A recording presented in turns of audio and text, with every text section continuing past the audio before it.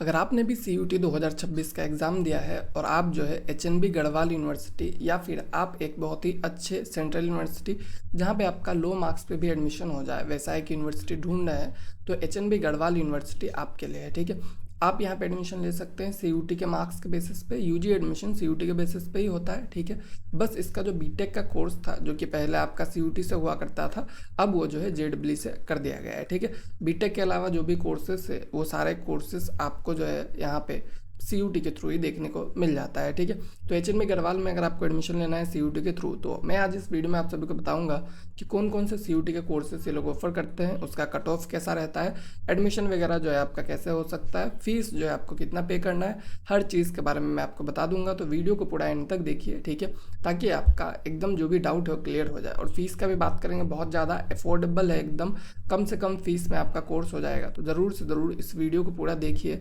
क्योंकि अगर आप कम पैसे में एक अच्छा यूनिवर्सिटी ढूंढ रहे हैं तो आपको जो है इससे बेटर ऑप्शन नहीं मिल सकता है। ठीक है, और अगर आप मुझसे पर्सनली बात करना चाहते हैं, आपको अगर कोई डाउट है, ठीक है, आप मुझसे पर्सनली डाउट सॉल्विंग करना चाहते हैं, ठीक है, तो आपको लिंक मिल जाएगा डिस्क्रिप्शन में, वहाँ से जाके आप जो है पेड काउंसलिंग को ज्वाइन कर सकते हैं। ठीक है, बहुत ही मिनिमम प्राइस है 149 रुपीज़ का। उससे आप मुझसे पर्सनली कॉल या फिर मैसेज पे बात कर सकते हैं और अपना जो भी डाउट है उसको आप मेरे साथ डिस्कस कर सकते हैं। ठीक है, तो चलिए हम लोग वीडियो में आगे बढ़ते हैं। उसके बाद अगर बात करेंगे आपका यूनिवर्सिटी का, तो जो आपका यूनिवर्सिटी है, ठीक है, ये आपका एक सेंट्रल यूनिवर्सिटी है जो कि आपका 2009 में इस्टेब्लिश हुआ था। ठीक है, under the central university act.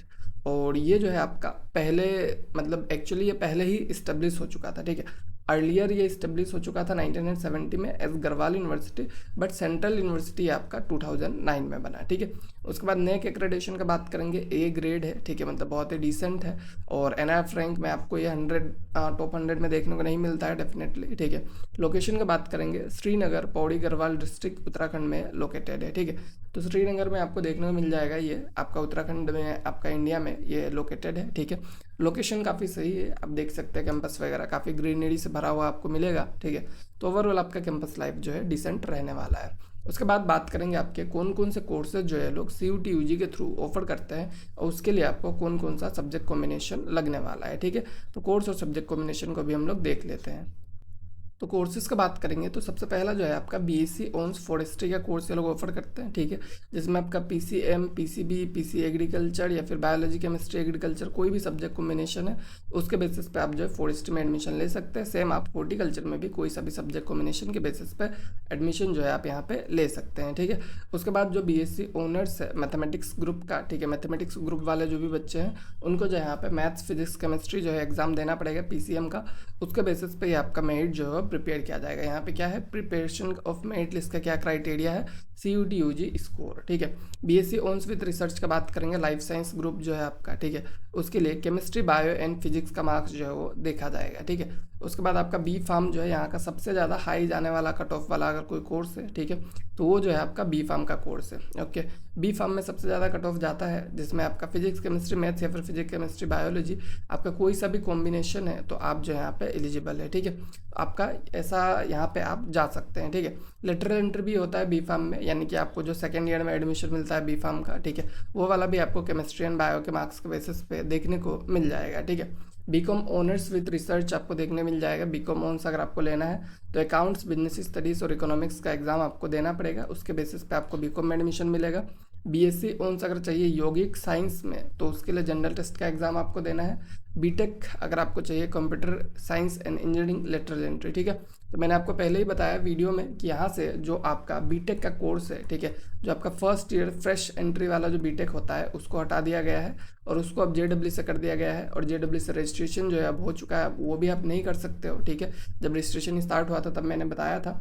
तो बीटेक में आपको अगर लेटरल एंट्री में लेना है तो आप अभी भी CUT के थ्रू ले सकते हो। ठीक है, लेटरल एंट्री में आपका physics mathematics and computer science या फिर फिजिक्स मैथमेटिक्स एंड IP अगर है तो आप ले सकते हो। ठीक है, आपका इलेक्ट्रॉनिक्स एंड कम्युनिकेशन आपको देखने मिल जाता है। ठीक है, फिजिक्स मैथ्स कंप्यूटर साइंस या फिर फिजिक्स मैथ्स IP के बेसिस पे। ठीक है, बीटेक आपको देखने मिल जाएगा इंस्ट्रूमेंटल इंजीनियरिंग में, मैकेनिकल में मिल जाएगा, इन्फॉर्मेशन में मिल जाएगा, इन्फॉर्मेशन टेक्नोलॉजी में, और सब में आपका सेम जो आपका सब्जेक्ट कॉम्बिनेशन है, ठीक है, फिजिक्स मैथ्स और कंप्यूटर साइंस का सब्जेक्ट कॉम्बिनेशन आपको देखने को मिल जाता है। ठीक है, यहाँ पे केमिस्ट्री ये लोग कंसिडर नहीं कर रहे हैं और ओवरऑल इसका कट ऑफ जो है बहुत ज़्यादा कम देखने को मिलेगा आपको, क्योंकि बहुत सारे बच्चे जो है पीसीएम में अपीयर करते हैं और ऑब्वियसली बीटेक लेटरल एंट्री में बच्चे भी कम होते हैं जो लोग एडमिशन लेने जाते हैं, ठीक है। तो ओवरऑल आप इसको ज़रूर से ज़रूर ट्राई कर सकते हो अगर आपको लेटरल एंट्री में लेना है, ठीक है। इसका एलिजिबिलिटी यहाँ पे दिखा हुआ है, ठीक है। लेटरल एंट्री अगर आपको 2 ईयर में लेना है तो 3 इयर्स या फिर 2 इयर्स का लेटरल एंट्री डिप्लोमा एग्जामिनेशन आपको 45% मार्क्स के साथ पास करना है, ठीक है। तब जाके आप यहाँ पे एलिजिबल रहेंगे। बीए ऑनर्स की बात करेंगे, रिसर्च के साथ आपका आर्ट्स में हो या फिर लैंग्वेज में हो, सोशल साइंस में हो या फिर ह्यूमैनिटीज़ में हो, कोई सा भी बीए ऑनर्स का कोर्स चाहिए आपको, history, geography, economics, English, Hindi, उसके लिए आपको क्या देना पड़ेगा, जनरल टेस्ट का एग्जाम जो है आपको देना पड़ेगा, ठीक है। बैचलर ऑफ होटल मैनेजमेंट के लिए भी जनरल टेस्ट का एग्जाम देना पड़ेगा। उसके बाद आपका जर्नलिज्म एंड मास कम्युनिकेशन के लिए भी जनरल टेस्ट का एग्जाम देना पड़ेगा। डिप्लोमा इन फोल्क म्यूजिक और फोक डांस के लिए भी जनरल टेस्ट का एग्जाम देना पड़ेगा। इंटीग्रेटेड एमबीए मतलब जो आपका बीबीए प्लस एमबीए होता है वो वाला आपको देखने मिल जाता है, जनरल टेस्ट का एग्जाम देना है आपको। बीएससी इंफॉर्मेशन टेक्नोलॉजी, ठीक है, ये आपको university affiliated self finance colleges में मिलेगा, मेन कैंपस में आपको देखने को नहीं मिलता है, ठीक है। तो इसके लिए आपको जनरल टेस्ट का एग्जाम देना है। बीसीए भी आपको सेम इसी तरह से मिलेगा, फिजिक्स, मैथ्स एंड केमिस्ट्री के बेसिस पे। और बीबीए जो है आपको वो भी आपको एफिलिएटेड सेल्फ फाइनेंस कॉलेजेस में देखने को मिल जाएगा। उसके बाद बीएससी ऑफ एग्रीकल्चर भी मिलता है, ठीक है, बट ये भी इनके एफिलिएटेड सेल्फ फाइनेंस कॉलेजेस में मिलेगा, ना कि आपको यहाँ पे मेन कैंपस पे मिलेगा, ठीक है। 5 ईयर बीएलएलबी भी मिल जाएगा, बट वो भी आपको एफिलिएटेड सेल्फ फाइनेंस कॉलेजेस में मिलेगा जनरल एप्टीट्यूड टेस्ट के बेसिस पे। बीएससी होम साइंस भी आपको सेल्फ फाइनेंस कॉलेजेस में और कंप्यूटर साइंस भी आपको सेल्फ फाइनेंस कॉलेजेस में देखने को मिल जाता है, ठीक है। सेल्फ फाइनेंस का मतलब होता है कि इसका फीस आपको खुद पे करना है, यानी कि गवर्नमेंट सब्सिडाइज नहीं होगा, फीस आपका इसका ज़्यादा हो सकता है, ठीक है। तो ये जो है आपके सेल्फ फाइनेंस कॉलेजेस के कोर्सेस है वो भी मैंने आपको बता दिए। अब चलिए उसका फीस स्ट्रक्चर वगैरह देखते हैं। अगर आप HNBGU का फीस स्ट्रक्चर देखेंगे तो काफ़ी ज़्यादा अफोर्डेबल मिलता है, ठीक है। जैसे कि आपका वन टाइम पेमेंट जो है आपका एडमिशन के वक्त देखेंगे तो रजिस्ट्रेशन करने का 100 रुपये लगेगा आपको, यूनिवर्सिटी एनरोलमेंट का 200 रुपये लगेगा, ठीक है, ID कार्ड का 100 रुपये लगेगा। इस तरह से आपको 50-50, 100-100 रुपये, मतलब 1000 रुपये भी नहीं पहुँच रहा है, ठीक है। ये आपको जो है एडमिशन के टाइम पर वन टाइम पेमेंट करना है। उसके बाद ट्यूशन फीस आप देख लो, ठीक है, मंथली फीस आपको या फिर पर सेमेस्टर कितना पे करना है। स्पोर्ट्स फी पर मंथ आपको 50 रुपये, यानी कि आपका 12 मंथ का कितना हो जाएगा आपका अराउंड 600 के आसपास हो जाएगा, ठीक है। उसका ट्यूशन फीस आप देख लो, ठीक है। बीए बीएससी बीकॉम जो है, ठीक है, या फिर बीए का कोई भी कोर्स है तो बीए बीएससी बीकॉम के लिए आपका 90 रुपये पर मंथ है, ठीक है, 90 रुपीज़ पर मंथ, ठीक है, बहुत ही अफोर्डेबल है। मतलब आपका 1100 के आसपास जो है पर ईयर का फीस आ जाएगा, ठीक है। एग्रीकल्चर मतलब हॉर्टिकल्चर फॉरेस्ट्री अगर आपको जाना है, ठीक है, हॉर्टिकल्चर फॉरेस्ट्री के लिए पर सेम फीस 700 रुपये, यानी कि पर ईयर बस 1400 रुपये है, ठीक है। बीटेक का फीस भी देखेंगे तो आपका पर सेमेस्टर बस 11,000 है, ठीक है, मतलब पर सेमेस्टर 11,000 यानी कि 22,000 फॉर ईयर, बीटेक के लिए बहुत सस्ता है वो, ठीक है। बी फार्म का देखेंगे 25,000 पर सेमेस्टर, यानी कि 50 के पर ईयर। बीपी एड मतलब जो आपका बैचलर फिजिकल एजुकेशन है 3000 है आपका, ठीक है, पर सेमेस्टर। बीएड का जो आपका आईटीपी वगैरह है उसके लिए अगर देखेंगे 18,000 है, ठीक है।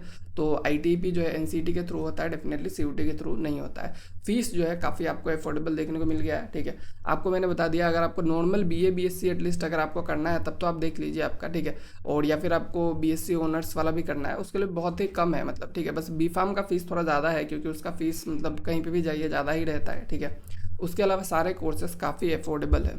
उसके बाद अगर कट ऑफ का बात करेंगे, ठीक है, तो ये जो यूनिवर्सिटी है यहाँ पे कितना कट ऑफ जाएगा, तो कट ऑफ जो है आपका एकदम मतलब लो टू मीडियम रेंज आपको देखने को मिल जाएगा, ठीक है।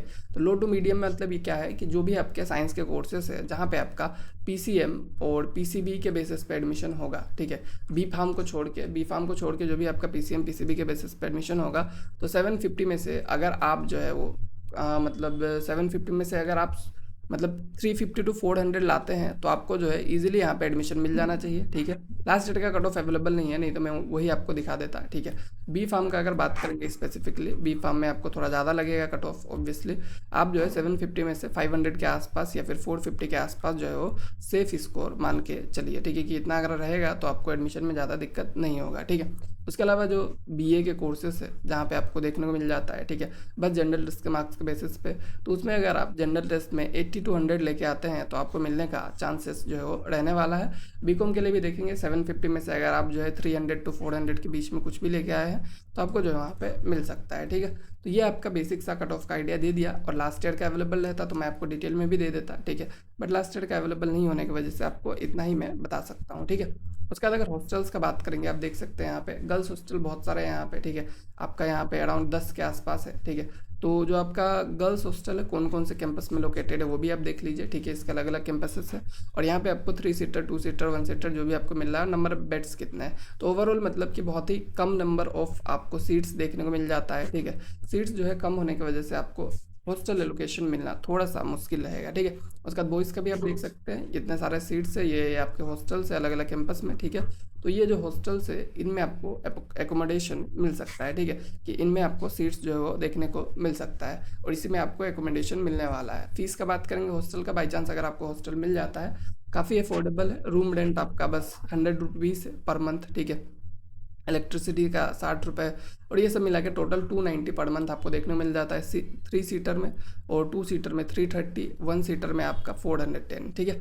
तो ये जो है काफ़ी मतलब अफोर्डेबल है हॉस्टल अगर आपको मिल जाता है। इसमें मेस का इंक्लूडेड नहीं होता है, मेस जो है आपको एडिशनली ही देना पड़ता है हर जगह पे, बट हॉस्टल का अगर आपको बस 300 रुपये पर मंथ देना पड़ रहा है, ठीक है। नॉर्मली अगर आप रूम रेंट लेंगे तो आपका 4000 के आसपास पड़ेगा, बट जो आपको यहाँ पे 300 रुपये में मिल रहा है, तो इससे बेटर ऑप्शन आपके पास नहीं हो सकता है। आराम से आप जाइए, हॉस्टल अगर मिल जाता है तब तो बहुत ही कम पैसे में आप पढ़ाई कर सकते हैं, ठीक है। उसके बाद रजिस्ट्रेशन डेट्स का बात करेंगे, इन लोगों ने बता दिया है कि जो आपका रजिस्ट्रेशन होगा फर्स्ट सेमेस्टर यूजी का और या फिर पीजी का प्रोग्राम का, तो यूजी का हमें देखना है, यूजी का आपका within 15 days of declaration of CUET UG results. तो सीयूटी यूजी का रिजल्ट के 15 डेज के अंदर, यानी कि आपका जुलाई का जो 10 तारीख है उससे पहले ये लोग रजिस्ट्रेशन जो है वो स्टार्ट कर देंगे, ठीक है। एकेडमिक सेशन आपका 13th ऑफ मतलब ये क्या कहते हैं जुलाई होगा, ये राइट ऑब्वियसली 7 है यानी कि जुलाई होगा।